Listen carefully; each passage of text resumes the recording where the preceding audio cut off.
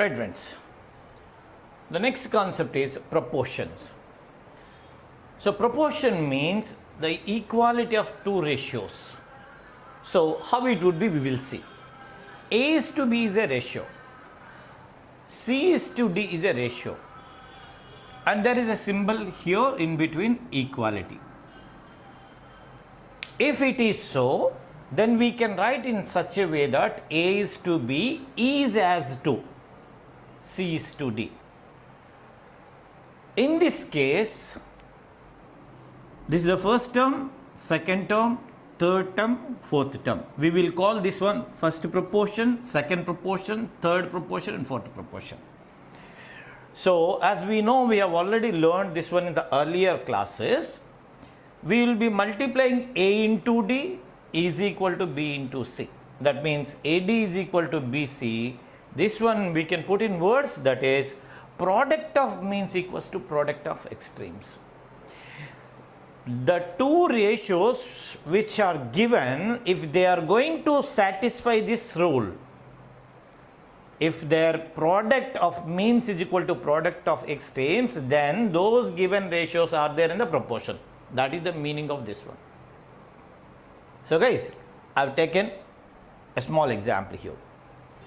If X is the fourth proportion of A, B and C, then it can be written as A is to B is equal to C is to X, because as we already know that when there are four numbers, if they are there in the proportion, then we can write A is to B is equal to C is to X. So apply this rule, product of extremes equals to product of means. So AX is equal to BC, where X is equal to BC by A. Here in this case, this X is called fourth proportion. We will be getting direct problems in competitive exams, like find the fourth proportion of the given numbers or the given values. That's how they are going to give. Right, friends. The next concept is, when A is to B is equal to B is to X, that means they are there in the proportion. When they are there in the proportion, they should satisfy that condition, that is the product of extremes is equal to product of means. That means AX is equal to B square. And if we want to find the value of X, X equals to B square by A. Here in this case, this X is called third proportion. Now coming to the next one, is given like this: A is to X is equal to X is to B. I am repeating the same principle here. When there is an equality between these two ratios, means they are in the proportion. They are there in the proportion means they should satisfy that the product of extremes equals to product of means. So A into B is equal to X into X. So X square equals to A into B, where X is equal under root AB. This is called second proportion or mean of the given ratios. Now we have one more point here, direct proportion. Direct proportion means what exactly? See, let us assume that a flower cost is 5 rupees. If you are going to take 5 flowers, then the cost will also increase. When the number of flowers are increasing, their cost also increases. If the number of flowers are decreasing, the cost also decreases. That means when a quantity is increased or decreased, then the other quantity is also do the same. If one quantity is going to be increased, the other quantity will be increasing.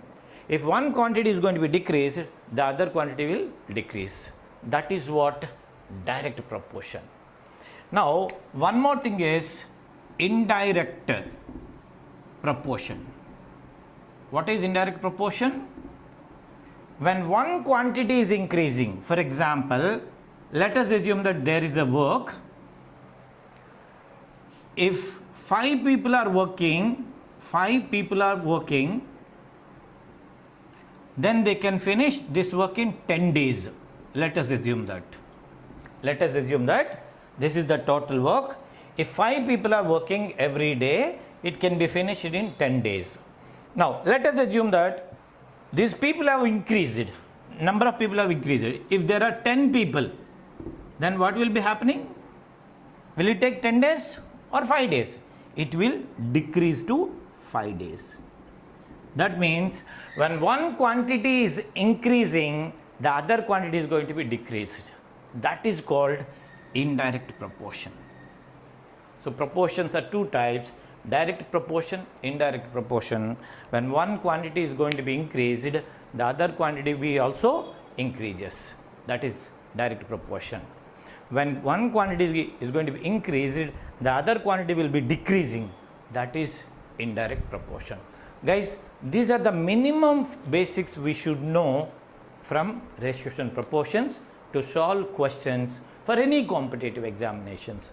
When it comes to CSAT, as I already told you, which is going to play a crucial role in civil service prelims. If CSAT paper, if you are not going to qualify CSAT paper, I am sure that GS1, however, how beautifully you have written that paper, you are not going to be qualified. So please focus on CSAT. So I am teaching here CSAT standard. Okay.